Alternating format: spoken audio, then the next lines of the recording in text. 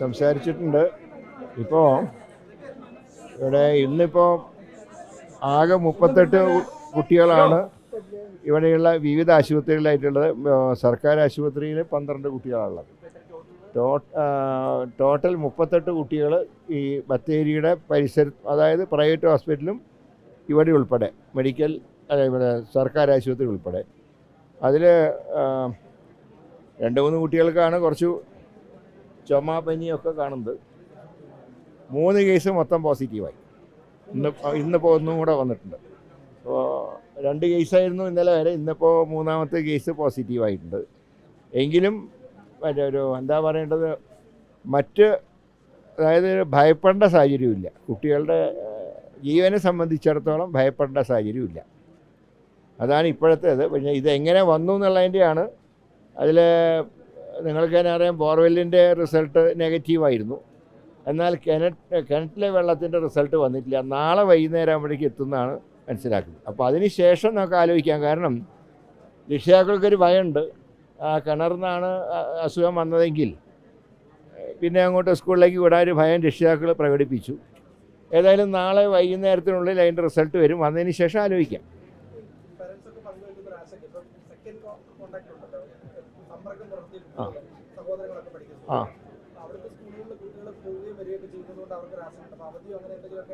അല്ല, ഞാൻ ഇന്ന് വിദ്യാഭ്യാസ മന്ത്രിയായിട്ട് സംസാരിച്ചിട്ടുണ്ട്. വിദ്യാഭ്യാസ മന്ത്രി അത് കലക്ടറായിട്ട് ആലോചിച്ച് തീരുമാനം അറിയിക്കാമെന്ന് പറഞ്ഞു. ഞാൻ ഇന്ന് കാലത്ത് സംസാരിച്ചിരുന്നു. മാത്രമല്ല, ഇവിടെ മഴ വളരെ ശക്തമാണ്. ആ നിലയ്ക്ക് അവധി കൊടുക്കാനുള്ള കാര്യങ്ങളെക്കുറിച്ച് ഒന്ന് കലക്ടറായിട്ടൊന്ന് സംസാരിക്കണമെന്ന് വിദ്യാഭ്യാസ മന്ത്രിയോട് പറഞ്ഞിരുന്നു. അത് അദ്ദേഹം സംസാരിച്ച് വേണ്ട നിലപാട് സ്വീകരിക്കും. അത് വളരെ ശക്തമായിട്ട് ഞങ്ങൾ നിർദ്ദേശം കൊടുത്തിട്ടുണ്ട്. ഫുഡ് ആൻഡ് സേഫ്റ്റിക്കാരോട് പറഞ്ഞിട്ട് എല്ലാ കടകളും പരിശോധിക്കുക. വൃത്തിഹീനമായിട്ടുള്ള തട്ടുകടകൾ പൂട്ടിക്കണം. അപ്പോൾ അതിലൊക്കെ കർശനമായ നിർദ്ദേശം കൊടുത്തിട്ടുണ്ട്. അതോടൊപ്പം തന്നെ മരുന്നുകൾ എല്ലായിടത്തും സ്റ്റോക്കുണ്ട്, പ്രയാസമൊന്നുമില്ല.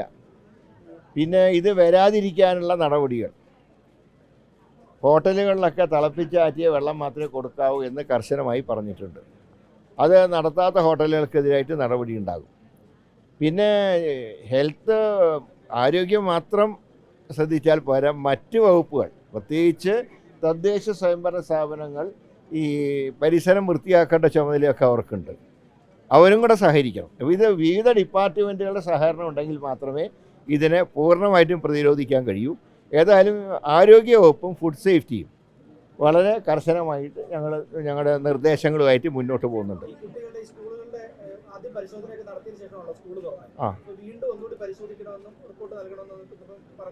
തീർച്ചയായും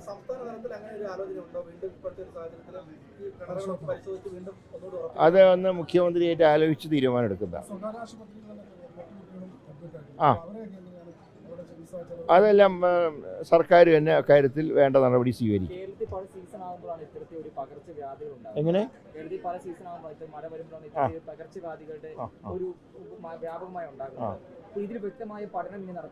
അതായത് ഞങ്ങൾ സത്യം പറഞ്ഞാൽ മഴക്കാല പൂർവ്വ ശുചീകരണ പ്രവർത്തനങ്ങൾക്ക് ഫണ്ട് ഗവൺമെൻറ് നൽകുന്നുണ്ട്. ഇപ്പം ഞാൻ പറയാം, ഞങ്ങളുടെ സർക്കാർ ചാർജ് എടുത്ത ആ ദിവസം 18-ാം തീയതി ആദ്യ ക്യാബിനറ്റിൽ തന്നെയാണ് എല്ലാ ജില്ലകൾക്കും 1 കോടി വെച്ച് നൽകാൻ തീരുമാനിച്ചത്.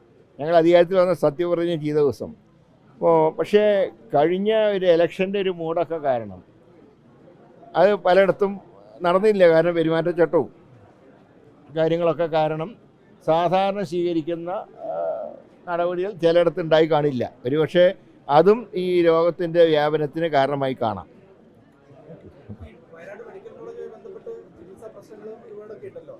അതിന് ചില ഡിപ്പാർട്ട്മെൻറ്റിന് ഡോക്ടർമാരില്ലാത്ത പരാതി വന്നിട്ടുണ്ട്.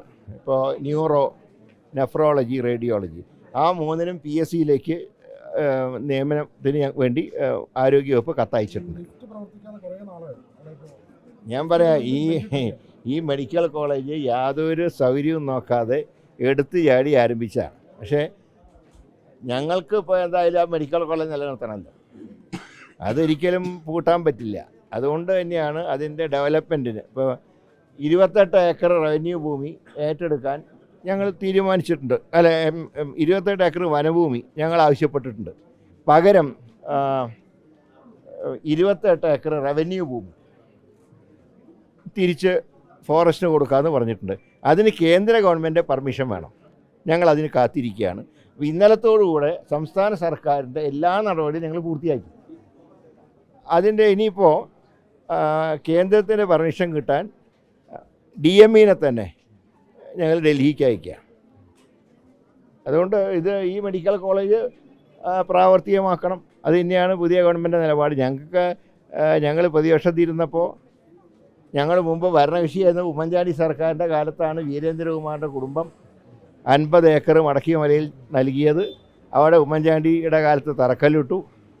ഈ സർക്കാർ പിന്നീട് വന്ന പിണറായി സർക്കാർ ഒരു പ്രളയത്തിൻ്റെ പേരിൽ അതവിടെ നിന്ന് മാറ്റി. അതിന് ഏറ്റവും ഒരു കാര്യം എന്ന് പറയുന്നത് വീരേന്ദ്രകുമാർ ഇടതുപക്ഷത്ത് പോയതിന് ശേഷമാണ് അദ്ദേഹമാണ് ഞങ്ങൾക്ക് ഈ സ്ഥലം തന്നത്. ഇപ്പോൾ ആ 50 ഏക്കർ ഇപ്പോൾ ഞങ്ങളുടെ കയ്യിലുണ്ട്, ആരോഗ്യവകുപ്പിൻ്റെ കയ്യിലുണ്ട്. പക്ഷേ വീരേന്ദ്രകുമാറിൻ്റെ കുടുംബം ആവശ്യപ്പെട്ടിട്ടുള്ളത് മെഡിക്കൽ കോളേജിനല്ലാതെ ഇനി സ്ഥലം മറ്റാവശ്യങ്ങൾക്ക് വിനിയോഗിക്കാൻ പാടില്ല, അങ്ങനെയാണെങ്കിൽ ഞങ്ങൾക്ക് തിരിച്ചു തരണം എന്ന് പറഞ്ഞ് ഒരു കോടതി വിധി ഉണ്ടായിട്ടുണ്ട്. അപ്പോൾ ഇങ്ങനെയൊക്കെയുള്ള സാഹചര്യങ്ങളുണ്ട്. ഏതായാലും നിലവിലുള്ള മെഡിക്കൽ കോളേജ് ആയി മുന്നോട്ട് പോകണമെന്ന് സ്ഥലം MLA പറഞ്ഞിട്ടുണ്ട്. അതേ രീതിയിൽ തന്നെ മെഡിക്കൽ കോളേജിൻ്റെ പരാധീനതകൾ പരിഹരിച്ച് മുന്നോട്ട് പോകണമെന്നാണ് ശ്രീമതി പ്രിയങ്ക ഗാന്ധിയും എന്നെ നേരിട്ട് കഴിഞ്ഞ ദിവസം ഫോണിൽ വിളിച്ച് ആവശ്യപ്പെട്ടു.